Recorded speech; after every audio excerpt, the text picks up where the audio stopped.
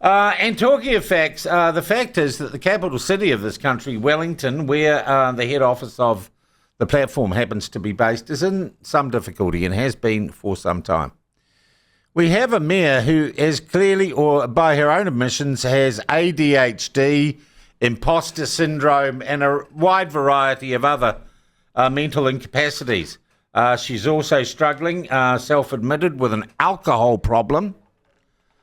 And she may be, she says, an undiagnosed autistic. That's just the mayor. Then we look at a council which is largely dysfunctional, full of student activists, failed Labor MPs or aspirant Labor or Green Green MPs, people who draw pictures of dicks, David Seymour as a penis, and put up posters, slap up posters in the centre of Wellington. We have a water infrastructure that is completely failing, and it feels often it will never be fixed. Retail is in massive decline. I must admit some progress has been made on, well, they're not homeless people, the beggars and grifters that roam the streets of central Wellington.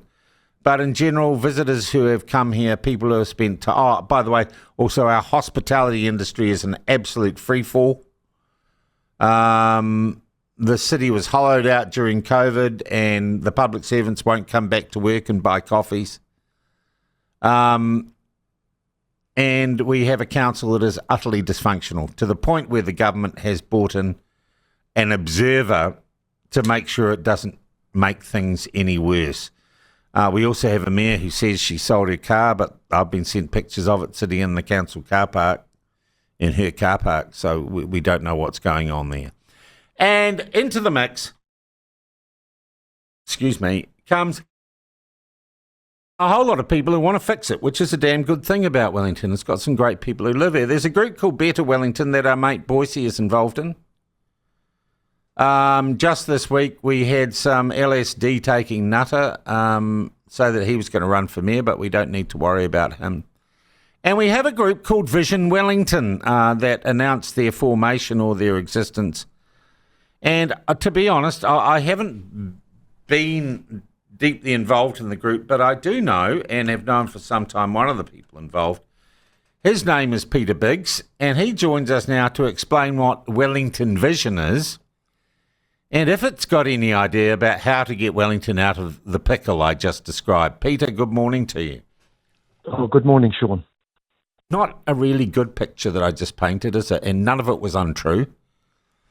No, there have been conversations across the city for a while now that the city felt like it's lost its way and that the city's best days were behind it.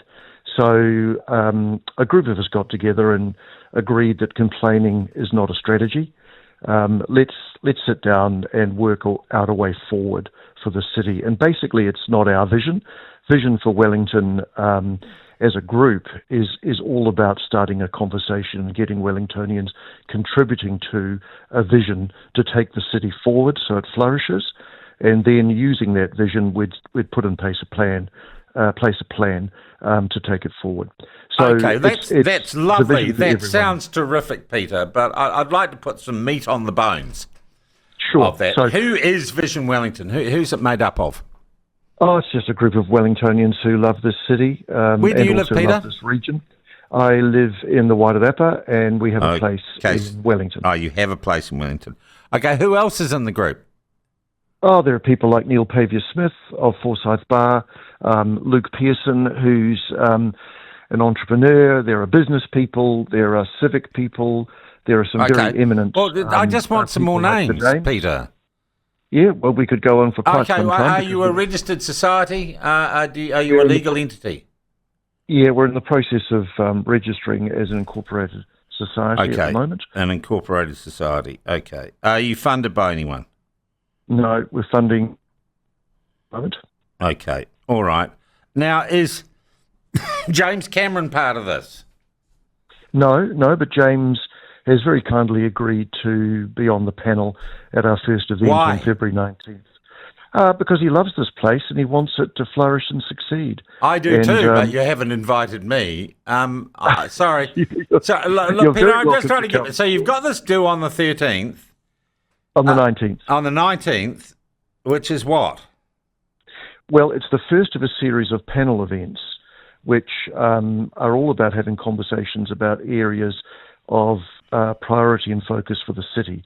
So the first one is about how does Wellington become a world-class city, and what can we learn from other cities around the world. So Jim Cameron's part of that. We've got Stuart Niven. Is he an expert on urban planning or world-class cities? No, it's not so much about urban planning, although Stuart Niven, who's an urban planning expert, is on it. But he's lived in Melbourne, he's lived in Wellington. He knows what international cities, successful international cities like Wellington are doing, so he can share that.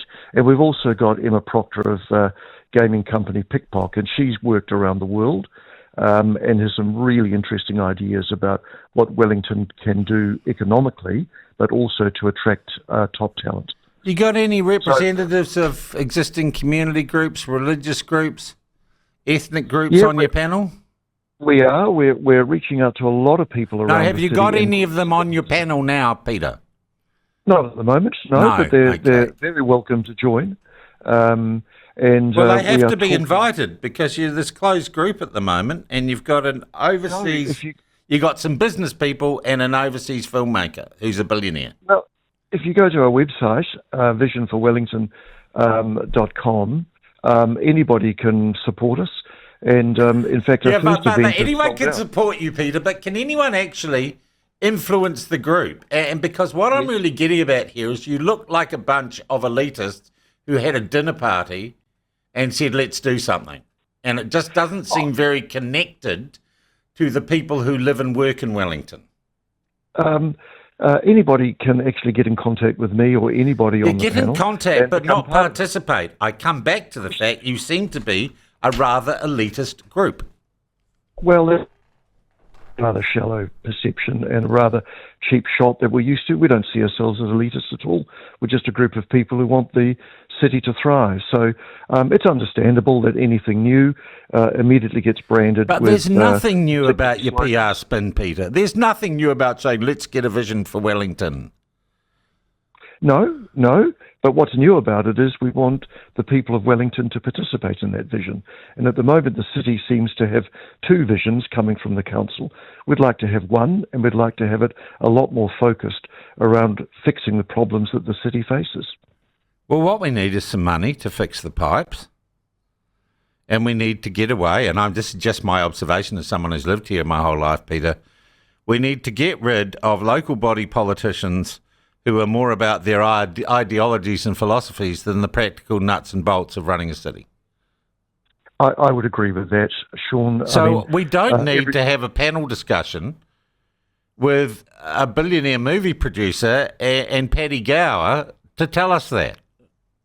Well, we want Wellingtonians to come together and be part of this conversation, and the panels are all around that. So the first one, it's looking very good. It's sold out. We're looking for a bigger venue, and we've got. Do you charge people to go? No, it's free.